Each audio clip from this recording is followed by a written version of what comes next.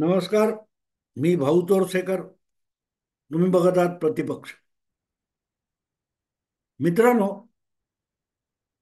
तुम्ही एखाद्या इमारतीचं बांधकाम चालू असेल तर तिथे कधी गेलाय का? आणि तिथे ज्या प्रकारे भिंतीवर प्लास्टर होतं ते बघितलंय का? म्हणजे ते वाळू, सिमेंट आणि पाणी यांचा जो कालवा असतो, चिखलासारखं केलेलं असतं, ते घमेल्यात घेऊन तो जो गवंडी असतो तो आपल्या हातातल्या त्या थप्पीने सपासप सपासप भिंतीवर तो ओला चिखल मारत असतो. आणि जेव्हा तो पहिल्यांदा ते असं सिमेंट फेकतो, ते जवळजवळ सगळंच्या सगळं खाली पडतं. त्यातला एकाच दुसऱ्या ठिकाणी कुठेतरी त्यातला ओलासा सिमेंटचा कण, पाणी किंवा अगदी मोहरी एवढं किंवा मुगा एवढं त्या भिंतीला चिकटतं. ते सगळंच्या सगळं खाली पडत असलं तरी तो सपा सपा सपा मारत राहतो. आणि हळूहळू करत पहिल्या वेळेला 2-4 ठिकाणी, मग 8-10 ठिकाणी, मग 15-20 ठिकाणी असं करत करत ते जे शिंतोडे असतात सिमेंटच्या कालव्याचे, त्या सिमेंटच्या काल्याचे शिंतोडे हे जसजसे चिकटत जातात तसतसं अधिकाधिक सिमेंट आणि तो काला हा त्या भिंतीला चिकटत जातो. आणि हळूहळू करत त्याच्यावर एक थर तयार होतो. ही पद्धत असते प्लास्टरिंग. मित्रांनो, कुठच्याही त्या भिंतीचा प्लास्टर हा भाग नसतो, पण सतत पाठोपाठ पाठोपाठ पाठोपाठ तो काला मारला जातो, तो चिकटत जातो. तसतसा तो प्लास्टरचा थर तयार होतो. खोटं नेमकं तसं असतं मी. ते खोटं सतत सतत सतत बोलत राहावं लागतं आणि पाठोपाठ बोलावं लागतं. समोरचा खरा आवाज जो असतो तो ऐकू येऊ नये इतक्या वेगाने तुम्हाला धादांत खोटं बोलावं लागतं आणि सातत्याने बोलावं लागतं. विन्स्टन चर्चिल सारखा एक विचारवंत बुद्धिमंत म्हणतो की सत्य आपल्या अंगावर कपडे परिधान करून घराच्या बाहेर पडण्याच्या आधी नागडं, खोटं, असत्य हे अर्धी पृथ्वी पालथी घालतं. किती सुंदर वक्तव्य आहे बघा. की सत्य कपडे परिधान करून घराबाहेर पडण्यापूर्वी धादांत नागडं असत्य हे अर्धी पृथ्वी पालथी घालतं. खोटं नेमकं तसं असतं मित्र. ते मात्र सातत्याने बोलावं लागतं, धावत पळत ओरडा आरडा करत बोलावं लागतं, तावा तावाने बोलावं लागतं. पण म्हणून असत्य जे आहे ते खरं ठरत नाही. ही मी तुम्हाला समजावण्याचा काय प्रयत्न करतोय की एक गोष्ट गेली अनेक दिवस, अनेक महिने, अनेक वर्ष, गेली साधारण 10 वर्ष मोदी आणि भाजप यांचा लागोपाठ निवडणुकीत विजय होताना बघून निवडणूक आयोगावर देखील, त्याच्या प्रामाणिकपणावर देखील शंका व्यक्त केल्या जात आहेत, प्रश्नचिन्ह लावली जात आहेत. आणि निवडणूक आयोग सुद्धा विकला गेलाय. म्हणजे गंमत अशी वाटते की जर एकाच वेळेला महाराष्ट्र आणि झारखंडमध्ये निवडणुका होत असतील आणि महाराष्ट्रात भाजप जिंकतो पण झारखंडमध्ये भाजप हरतो, तर मग झारखंडात भाजपने पराभव का घ्यायचा? याचं काही तार्किक उत्तर नसतं. पण खोटं बोलत राहायचं, खोटं बोलत राहायचं. आणि मग प्रत्येक गोष्टी आता आता बघा, निवडणूक आयोगाचा जो प्रमुख आहे, प्रमुख निवडणूक आयुक्त, त्याची नेमणूक करण्यावरून गदारोळ उडवला जातोय कायद्यानुसार. आणि हा कायदा पण नरेंद्र मोदींनी बनवला. मोदींच्या गेल्या 10 वर्षाच्या कालखंडामध्ये बनलेला हा कायदा आहे की निवडणूक आयुक्त कसा नेमला जाईल. मोदींनी हा कायदा बनवण्यापूर्वी निवडणूक आयोगाच्या आयुक्ताच्या, प्रमुख आयुक्ताच्या नेमणुकीविषयी कुठचीही कायदेशीर तरतूद नव्हती. इंदिरा गांधी, राजीव गांधी हे सगळे पंतप्रधान असताना निवडणूक आयुक्त केवळ पंतप्रधान किंवा मंत्रिमंडळाच्या इच्छेनुसार नेमला जात होता. त्याच्यासाठी कुठली नियमावली नव्हती, कायदेशीर तरतूद नव्हती. आले पंतप्रधानाच्या मनात, तो झाला. मला आठवतं, निवडणूक आयुक्त कोण आहे याची चर्चाच मुळात टी.एन. शेषन यांच्यापासून सुरू झाली. पण टी.एन. शेषन हे जेव्हा निवडणूक आयुक्त झाले, तेव्हा कुठल्या नियमांच्या आधारावर शेषन यांना निवडणूक आयुक्तपदी नेमलं होतं? माझ्या आठवणीप्रमाणे चंद्रशेखर, जे जनता दलाचे नेते होते, ते चंद्रशेखर हे अल्पकालीन पंतप्रधान असताना निवडणूक आयुक्ताची जागा मोकळी झाली आणि त्यांची, शेषन यांची नेमणूक चंद्रशेखर यांनी केली होती. पण चंद्रशेखर यांनी ती नेमणूक करण्याचं कारण राजीव गांधी होते. राजीव गांधींच्या पाठिंब्यावर, म्हणजेच काँग्रेस पक्षाच्या पाठिंब्यावर, चंद्रशेखर हे देशाचे अल्पकालीन पंतप्रधान झाले होते. आणि आपल्या पाठिंब्यासाठी राजीव गांधी त्यांच्याकडून अनेक कामं करून घेत होते. आणि शेषन कोण होते? शेषन हे राजीव गांधी पंतप्रधान असताना कॅबिनेट सेक्रेटरी म्हणून काम करत होते. याचा अर्थ असा की शेषन हे थेट राजीव गांधी यांच्या विश्वासातले अधिकारी होते.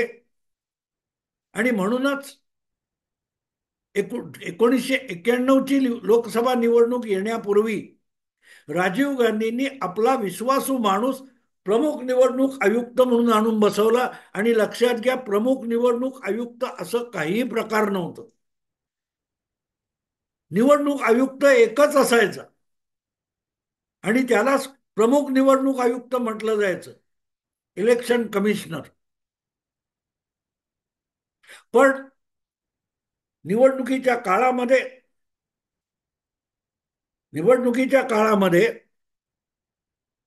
राजीव गांधींची हत्या झाली, घातपाती हत्या झाली. आणि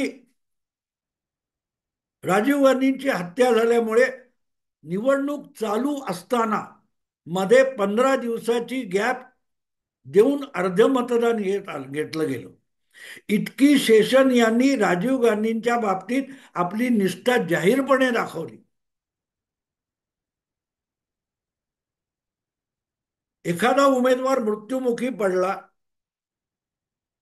मतदानापूर्वी, तर त्या मतदारसंघापुरती निवडणूक स्थगित करण्याची कायदेशीर तरतूद आहे. आणि राजीव गांधी हे देशाचे पंतप्रधान नव्हते. राजीव गांधी हे विरोधी नेता होते, माजी पंतप्रधान होते. पण तत्कालीन निवडणूक आयुक्त टी.एन. शेषन यांनी सगळीच्या सगळी निवडणूक 15 दिवस अख्खा टाइम टेबल पुढे ढकल. एका निवडणूक आयुक्ताने दाखवलेली यापेक्षा एका राजकीय नेत्याविषयीची भयंकर निष्ठा भारतीय निवडणुकीच्या इतिहासामध्ये आपल्याला सापडणार नाही. पण त्याच्यावर कधी चर्चा होत नाही. पुढे असं झालं की राजीव गांधींचीच हत्या झाल्यानंतर काँग्रेस हा लोकसभेतला सगळ्यात मोठा पक्ष, तरी अल्पमताचा पक्ष होता आणि त्यांचं सरकार झालं. त्यात नरसिंह राव हे देशाचे पंतप्रधान झाले. पण शेषन हे निवडणूक आयुक्त होते आणि ते निवडणूक आयुक्त असताना त्यांनी पंतप्रधानाच्या, म्हणजे नरसिंहराव यांच्या इच्छेनुसार वागण्याचा साफ नकार दिला. तेव्हा निवडणूक आयुक्त एक नव्हे तर 2, 3, 4, 5 असू शकतात असा पवित्रा पंतप्रधान नरसिंहराव यांनी घेतला होता. आणि त्यासाठी त्यांनी दोन, एक मला वाटतं गिल म्हणून आणि दुसरे कृष्णमूर्ती, असे दोन आणखीन निवडणूक आयुक्त नेमलेले होते.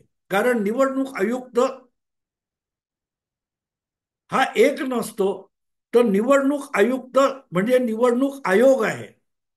आणि आयोग हा एका आयुक्ताचा असू शकत नाही, तर प्रमुख निवडणूक आयुक्त जे असतात त्यांच्या बरोबर आणखीनही निवडणूक आयुक्त असू शकतात, आणि ते तिघे मिळून एक आयोग बनतो. असा पवित्रा नरसिंह राव यांनी घेतला होता. आणि त्यानंतर एक मोठी कायदेशीर लढाई झाली. जे दोन निवडणूक आयुक्त गिल आणि कृष्णमूर्ती यांची नेमणूक जेव्हा करण्यात आली, तेव्हा त्यांना कुठलंही काम द्यायला शेषन यांनी साफ नकार दिला होता. भारत सरकारने नेमलेले दोन आयुक्त आपल्या कार्यालयात जाऊन नुसते रिकामी बसत होते, पण त्यांना कुठलाही आयोगाचं काम करायला शेषन यांनी मज्जाव केलेला होता. तेव्हा भारत सरकारला निवडणूक आयुक्तांच्या विरोधात सुप्रीम कोर्टात दाद मागावी लागली होती. आणि अखेर सुप्रीम कोर्टाने निकाल दिला की फक्त एक प्रमुख निवडणूक आयुक्त म्हणजे आयोग नाही, तर सरकारने नेमलेले जे तीन तीन आयुक्त असतात, हे तिघे मिळून सहमतीने त्यांनी कामं करायची, आणि त्यात त्यांचं नेतृत्व प्रमुख निवडणूक आयुक्ताने करावं, असा निर्वाळा सुप्रीम कोर्टाने दिल्यानंतर शेषन यांनी त्या दोघा सहकाऱ्यांना काम द्यायला सुरुवात केली. पण हा विषय लक्षात घ्या, निवडणूक आयुक्त कसा नेमावा याविषयीचा कायदा जर असता, नियमावली असती, तर शेषन यांना दादागिरी करता आली नसती. पण एवढं सगळं झाल्यानंतर सुद्धा नरसिंह राव ह्या काँग्रेसच्याच पंतप्रधानाने किंवा त्या आधीचे जितके काँग्रेसचे पंतप्रधान झाले, त्यांनी कधीही निवडणूक आयुक्त कसा नेमावा याविषयी कधीही कायदा बनवला नाही किंवा नियम बनवला नाही. आणि म्हणून ज्या वेळेला मोदी पंतप्रधान झाले, त्यानंतर हा विषय वादग्रस्त बनवण्यात आला. पण तोपर्यंत पंतप्रधानाच्या इच्छेनुसारच निवडणूक आयुक्त नेमले जात होते. याविषयी चर्चा आज जे तावातावाने बोलतात, तावातावाने बोलतात. मनमोहन सिंग पंतप्रधान असताना नवीन चावला नावाचा निवडणूक आयुक्त नेमला गेला. त्याच्याविषयी सुद्धा अनेक आक्षेप होते. पण आज जे पोपट बोलतात, त्यांनी नवीन चावलाविषयी चकार शब्द बोलला नव्हता. नवीन चावला यांची पत्नी काँग्रेसच्या बरोबर काम करणारी असल्यामुळे त्यांचा तटस्थपणा हा शंकास्पद आहे, असे आक्षेप घेतले गेले होते. पण त्याला या सगळ्या संपादक पत्रकारांनी कधीही पारदर्शकतेचा विषय काढून महत्व दिलं नाही. आणि आता सुद्धा जो काय हलकल्लोळ माजवला जातोय, तो असा माजवला जातोय जणू काय आपली मनमानी करायची नरेंद्र मोदींना, म्हणूनच त्यांनी कायद्यामध्ये बदल केला की निवडणूक आयुक्ताची नेमणूक करण्यासाठी एक ज्येष्ठ मंत्री, पंतप्रधान आणि विरोधी नेता या तिघांनी मिळून ती निवड करावी, बहुमताने करावी. असा जो कायदा नरेंद्र मोदींनी केला, तो आपली मनमानी चालवण्यासाठी केला असा दावा केला जातोय. आणि तो करण्यासाठी त्या निवड समितीमध्ये देशाचे सरन्यायाधीश असावेत ही जी तरतूद होती, ती मोदींनी काढून टाकली, असं दाखवण्याचा प्रयत्न होतो. यासारखा धादांत खोटेपणा नाही. कारण असा कुठलाही नियम नव्हता. एका याचिकेतून निवडणूक आयुक्ताची नेमणूक करण्याची एक पद्धती असावी, आणि त्यामध्ये फक्त सरकारची दादागिरी चालू नये असा जेव्हा दावा केला गेला, आणि त्याची काहीतरी पारदर्शकता म्हणून नियम आणि कायदा असावा असा आग्रह धरणारी याचिका केली. तिची सुनावणी करताना सुप्रीम कोर्टाने ठरवलं की असा काहीतरी कायदा बनवावा सरकारने. आणि जोपर्यंत असं सरकार कायदा बनवत नाही, तोपर्यंत पंतप्रधान विरोधी पक्ष नेता आणि तिसरा म्हणून सरन्यायाधीशांचा समावेश असलेली निवडणूक समिती असावी. जोपर्यंत तसा कायदा बनवला जात नाही तोपर्यंत समितीचा तिसरा प्रतिनिधी निवड समितीचा म्हणून सरन्यायाधीशांचा त्यात सहभाग असेल असा तो सुप्रीम कोर्टाचा निकाल आहे. पण तो निकाल बेसिकली कशाला होता? सरकारने यासाठी कायदा बनवावा. म्हणजे ज्या दिवशी भारत सरकार निवडणूक आयुक्ताच्या नेमणुकीसाठी एका निवड समितीचा कायदा बनविल, त्यानंतर सुप्रीम कोर्टाच्या निकालानुसार निवड समितीत सरन्यायाधीशांचा असलेला सहभाग आपोआप वगळला जाईल, एवढाच त्या निकालाचा साधा सरळ अर्थ आहे. पण आज जो हलकल्लोळ केला जातोय, राहुल गांधींचं जी काय डिसेंट नोट आहे वगैरे त्याचा दावा केला जातोय, तो धादांत खोटेपणा आहे. धादांत खोटेपणा आहे. मोदी सरकारने जो कायदा केला तो सुप्रीम कोर्टाच्या सांगण्यानुसार केलेला आहे. आणि जोपर्यंत असा कायदा होत नव्हता तोपर्यंत एक तात्पुरती व्यवस्था म्हणून त्यामध्ये सरन्यायाधीशांचा सहभाग असावा असं त्या निकालात म्हटलेलं होतं. त्यामुळे कायदा बनतो त्या क्षणी सरन्यायाधीशांचा सहभाग आपोआप संपेल हे सुप्रीम कोर्टानेच ठरवलेलं होतं. तरीही नवे काय ते ज्ञानेश कुमार नावाचे निवडणूक आयुक्त झालेत, त्यांच्यावर आक्षेप घेणारी याचिका सुप्रीम कोर्टात गेली आणि नेहमीप्रमाणे रिकाम टेकडे बसलेले प्रशांत भूषण नावाचे जे वकील आहेत सुप्रीम कोर्टाचे, त्यांनी हा मुद्दा सुप्रीम कोर्टात नेला. पण त्यांनी कितीही आग्रह केला तरी सुप्रीम कोर्टाचे एक प्रमुख न्यायाधीश सूर्यकांत यांनी त्यांना हाकून लावलं. हाकून लावलं मी एवढ्यासाठी म्हणतोय की हा तातडीचा विषय घाईघाईचा विषय आहे असा आग्रह प्रशांत भूषण धरत होते. पण ते ऐकायला सुद्धा न्यायाधीशांनी नकार दिला. न्यायालयात येणारा प्रत्येक विषय तातडीचा आणि गंभीर असतो, अर्जन्सीचा असतो. त्यामुळे तुम्ही आलेला विषय सुद्धा त्याच रांगेतून येईल असं म्हणत प्रशांत भूषण यांना न्यायमूर्ती सूर्यकांत यांनी हाकून लावलं. तेव्हा हलकल्लोळ सुरू झाला. बघा सुप्रीम कोर्ट सुद्धा म्हणजे माझं ऐकलं नाही तर तुम्ही पक्षपाती आहात. न्यायाधीशांनी निवडणूक आयुक्तांनी प्रत्येक व्यवस्थेने सरकारच्या विरोधात असलं पाहिजे तर तुम्ही तटस्थ आहात, निपक्षपाती आहात.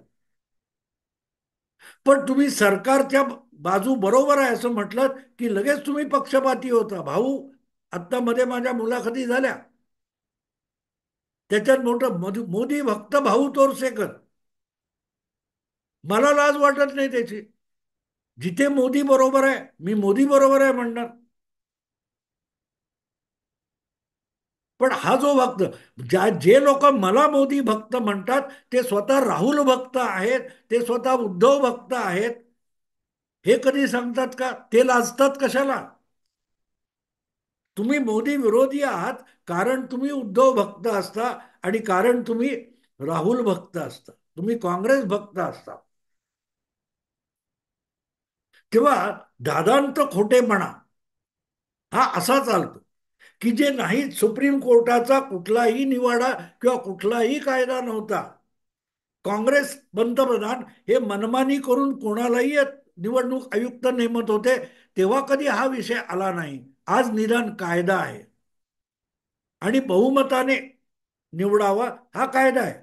मनमोहन सिंग पंतप्रधान असताना मनमोहन सिंग आणि गृहमंत्री चिदंबरम आणि विरोधी नेता सुषमा स्वराज या तिघांच्या निवड समितीने दक्षता आयुक्त नेमले होते, सीव्हीसी.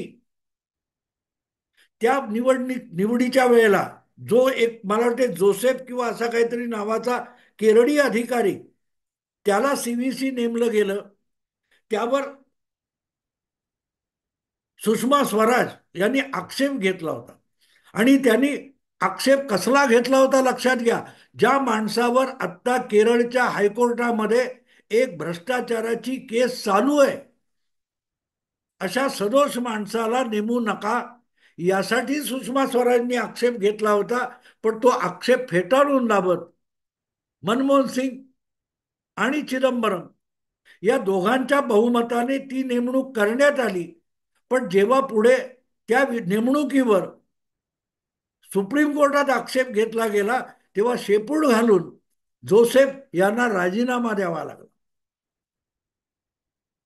पण सुषमा स्वराज यांनी सरकार विरोधात म्हणून त्या निवडणुकीला विरोध केला नव्हता, तर त्या माणसावर काही आक्षेप कोर्टामध्ये होते, कोर्टामध्ये खटले होते, नुसते आरोप नव्हते तर खटले चालू होते. तरीही बेशरमपणे बहुमताने त्या माणसाची नेमणूक दक्षता आयुक्त करण्यात आली. तेव्हा सगळे चिडी चूप बसलेले बेशरम लोक आज ज्ञानेश कुमार यांच्या नेमणुकीवर हलकल्लोळ करतायत. पण तो टिकणारा नाही, कारण सत्य टिकून राहतं. असत्य कितीही पुढे धावत गेलं तरी दमछाक होऊन मरून पडतं, ही वस्तुस्थिती आहे. असो मित्रांनो, आत्ता इथेच थांबतो. आवडलं लाईक करा, शेअर करा आणि प्रतिपक्षाला सबस्क्राईब करा. नमस्कार.